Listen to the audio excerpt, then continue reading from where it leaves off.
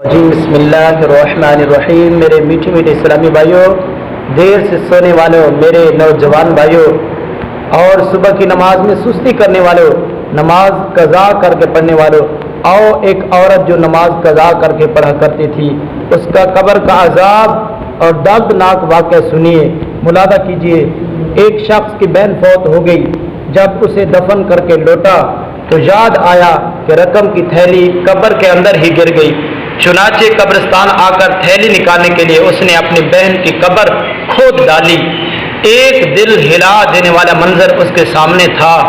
اس نے دیکھا کہ بہن کی قبر میں آگ کے شعلے بھڑک رہے ہیں۔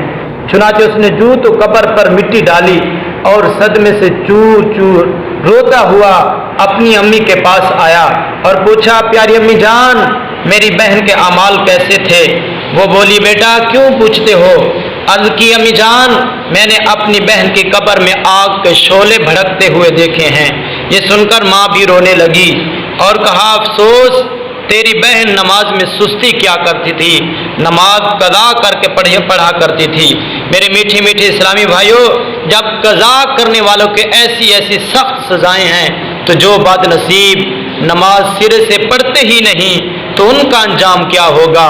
آئیے میرے بھائیوں، 5 وقت کی نماز با جماعت ادا کریے اور وقت پر نماز پڑھیے۔